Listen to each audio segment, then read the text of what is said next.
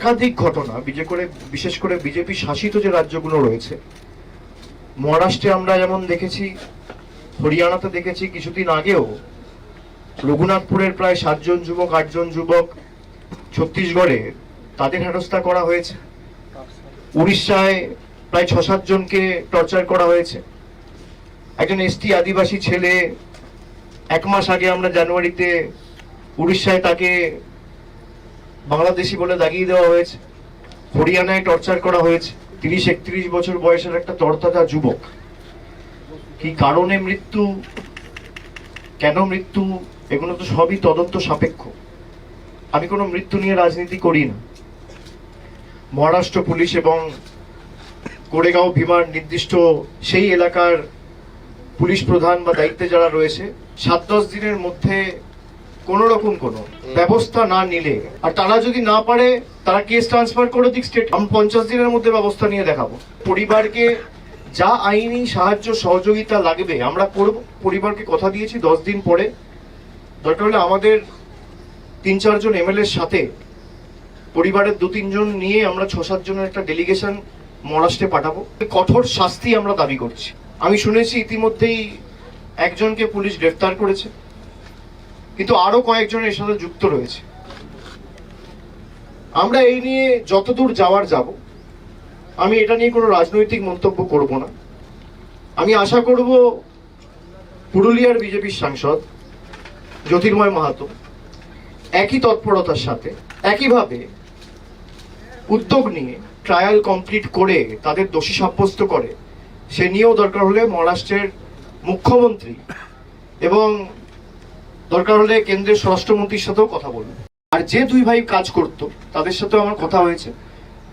তারা আমাকে বলেছে যে আমরা আর ওখানে ফিরে যেতে চাই না।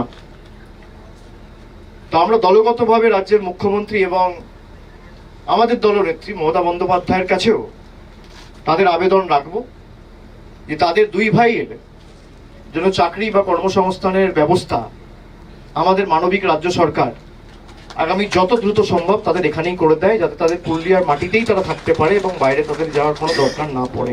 বিশেষ করে গত 6 মাস 8 মাসে যে প্রবণতা আমরা দেখতে পাচ্ছি, যে প্যাটার্ন আমরা লক্ষ্য করছি, সেটা ভয়ঙ্কর। এই মৃত্যু কেন হয়েছে আমি এখনো বলতে পারবো না, তার কারণ আমি আবার বলছি এটা তদন্ত সাপেক্ষ। তদন্তে আমি নিশ্চিত যে কি কারণে হয়েছে উঠে আসবে। বাংলা বিদ্বেষী মানসিকতা, মনোভাব, আচরণ, দৃষ্টিভঙ্গি, এটা একের পর এক খালি বিজেপি শাসিত ডবল ইঞ্জিন সরকারের। আমি আশা করব যারা মৃত্যু নিয়ে রাজনীতি করে তাদেরকে বলবো যে অ্যাটলিস্ট আপনারা এইটুকু করতে পারেন যে একটা ফোন তুলে মহারাষ্ট্রের যিনি মুখ্যমন্ত্রী দেবেন্দ্র ফডনবিসকে ফোন করে বলবেন যে আমার জেলার একজন তরতাজা যুবক কাজ করতে সেখানে গিয়ে একজন পরিযায়ী শ্রমিক 31 বছর বয়স, তাকে খুন করা হলো, হত্যা করা হলো, আমরা এর বিচার চাই। ফোন করে যদি বাংলার মানুষের টাকা আটকাতে পারেন, রাস্তার টাকা আটকাতে পারেন, বাড়ির টাকা আটকাতে পারেন, সুবিচার তো চাইতেই পারেন। অনেক রাজনৈতিক দলের অনেক নেতারা অনেক বড় বড় কথা বলছে যে পেটের দায় যেতে হচ্ছে, তাহলে রাজ্যে কর্মসংস্থান হচ্ছে না কেন? 2009 সালে গেছে। আর তাদের যুক্তিতেই যদি আমি ধরি, ভারতবর্ষে গত 14 বছরে 3.5 কোটি ভারতীয় দেশ ছেড়ে চলে গেছে, অন্য দেশে পেটের দায়ে কাজ করছে। তাহলে তাদের যুক্তিতেই যদি আমি ধরি, তাহলে পেটের দায়ে যে দেশ ছেড়ে কেউ আমেরিকা, কেউ সিঙ্গাপুর, কেউ দুবাই, কেউ কুয়েত, কেউ অন্যান্য দেশে যারা গিয়ে কাজ করছে, তাহলে তাদের ব্যর্থতাও তো এখানে কেন্দ্রে যে রাজনৈতিক দল ক্ষমতায় রয়েছে তার।